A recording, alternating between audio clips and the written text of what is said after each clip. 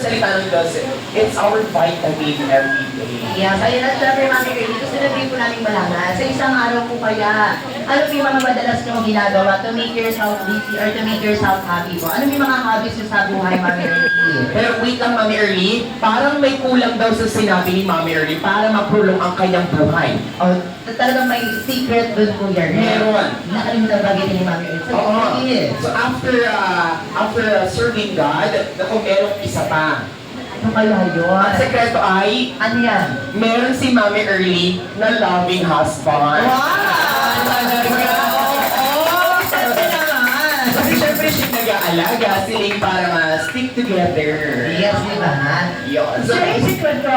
Ako nag-aalaga sa kanya everyday.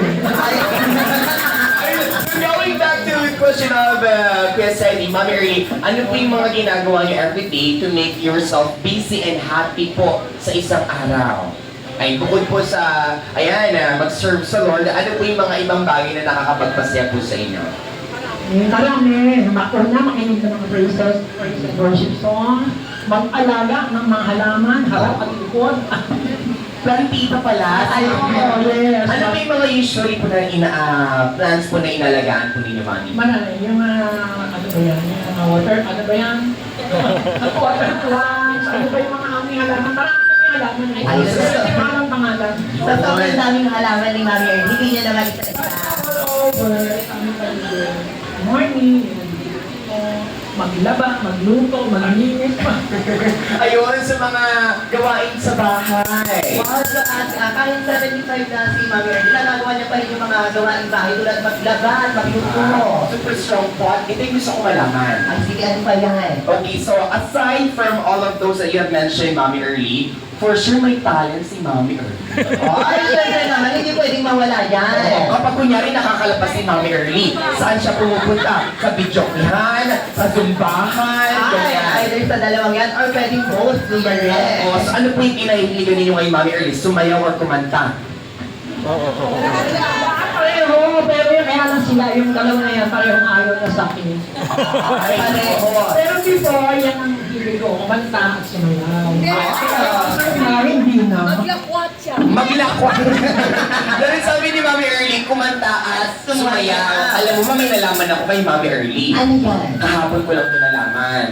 Paano mo nalaman? Alam mo, si Mami Early daw, isa siya sa mga nagturo sa mga sikat ngayon na sex bomb. Ay, totoo ba yun? Ay, ako! Kabisabi ni Mami Early, halukay ube. Ay, so siya pala ang choreographer nun. Yes, ako makikita natin yung talent ni Mami Early. Ay, so later abangan natin yan. Yes, so now, may last question na po, Mami Early. Ayan, kapag po ay nakakalabas-labas po kayo kasama po yung mga friends and family, saan po kayo madalas kumakain sa labas? Ayan, kapag kasama niyo po sila, saan niyo po trip na kumain araw-araw? Sorry, Palabok. Naku, favorite ni Mami Early. Pala kong may chicken. Bakit niyo po nagustuhan ang chicken ng Jollibee? Mas malito. Mas maluto kaysa sa iba. Pero hindi ba ni Mami Early? Ayan. Mas maluto sa iba.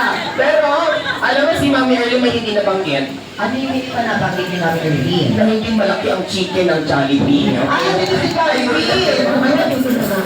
Yes, ang masarap yan. Yes, ako for sure. Ay, ako, eto na Kuya Sally. Para mas maging blessed ang birthday ni Mami Early today, so we will having a message po sa isang special na tao para sa ating lahat para, ayan na, maging blessed pa tayo may birthday ni Mami Early. Ay, so very special person.